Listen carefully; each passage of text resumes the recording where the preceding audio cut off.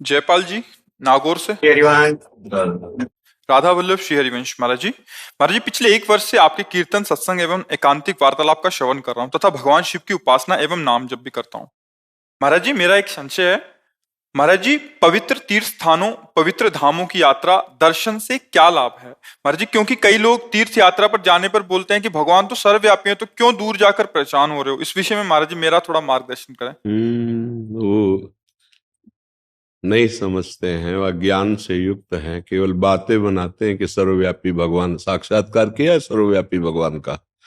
जो ऐसी बातें करता ना वो जानता नहीं। सर्वव्यापी भगवान के साक्षात्कार करने के लिए प्रक्रिया है। जैसे हमने बताया कि मेहंदी के पत्ते पत्ते में लालिमा छिपी हुई, लेकिन फाड़ के देख लो पत्ता आप, कहीं अगर हरे के सिवा लाली दिखाई दे तो मुझे बताना। लेकिन जब हम मेहंदी को एक प्रक्रिया में लेते हैं, उसको बांटते हैं, उसको हाथ में लगाते हैं, काफी देर के बाद जब हम धोते हैं तो हाथ हमारा लाल मिलेगा, मेहंदी नहीं, हाथ हमारा लाल मिलेगा। तो लाली मेहंदी में ही है, लेकिन एक प्रक्रिया से अनुभव में आए ना। जैसे हमने बताया कि दूध में घी है, तो आप दूध में पूड़ी पका के दिखाओ, नहीं पका पाओगे। उसकी प्रक्रिया है। दूध को औटाइए, दही बनाइए, मथिए, मक्खन निकालिए, फिर घी। ऐसे ही सर्वात्म भगवान विराजमान, उसकी प्रक्रिया है। क्या भगवान शिव बता रहे हैं प्रक्रिया? बोले हरि व्यापक सर्वत्र समाना, प्रेमुति प्रगट हूं ही मैं जाना। सर्वत्र हरि विराजमान है, लेकिन प्रेम से प्रकट होते हैं। बात समझ में? अब प्रेम कहां से प्रकट होता है? निष्पाप हृदय में। अब निष्पाप कैसे हो?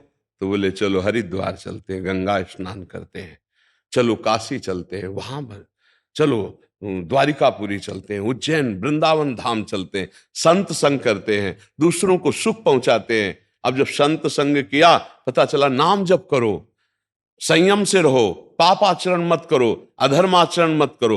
अब आप सत की तरफ चलने लगे, असत छूटने लगा। नाम जप से, सदाचरण से, तीर्थों के अवगाहन से, साधु समागम से हमारे जन्म जन्म के पाप नष्ट होने लगे, हृदय पवित्र होने लगा, भगवान को पुकारने लगे, हे नाथ कब दर्शन दोगे, हे प्रभु। अब प्रेम आ रहा है, और जहां विकलता बढ़ी कि अब रहा नहीं जा रहा भगवान के, उसी दिन भगवान दर्शन दे देंगे। कैसी विकलता होनी चाहिए? भागवत में लिखा, रुदुस्वरम राजन कृष्ण दर्शन लालसा। चिल्ला चिल्ला के कि अब जिया नहीं जा रहा प्रभु, आपके बिना अगर नहीं मिले तो प्राण निकल जाएंगे।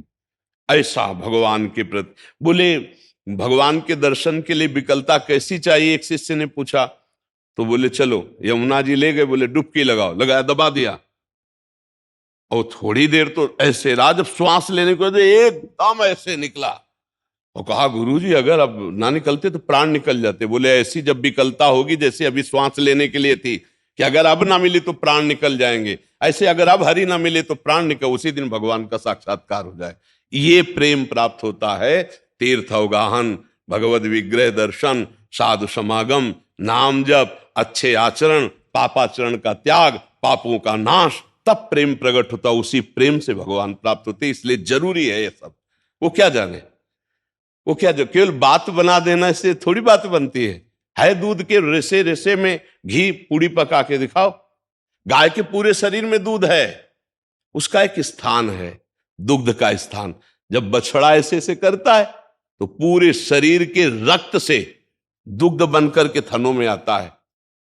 कहां बच्चा गर्भ में आया तो भगवान का चमत्कार देखो, रक्त को दूध में बदल दिया, और वो पूरे शरीर की माता का जो रक्त है वो बच्चे के लिए दूध बन करके उसके प्राणों का पोषण करता है।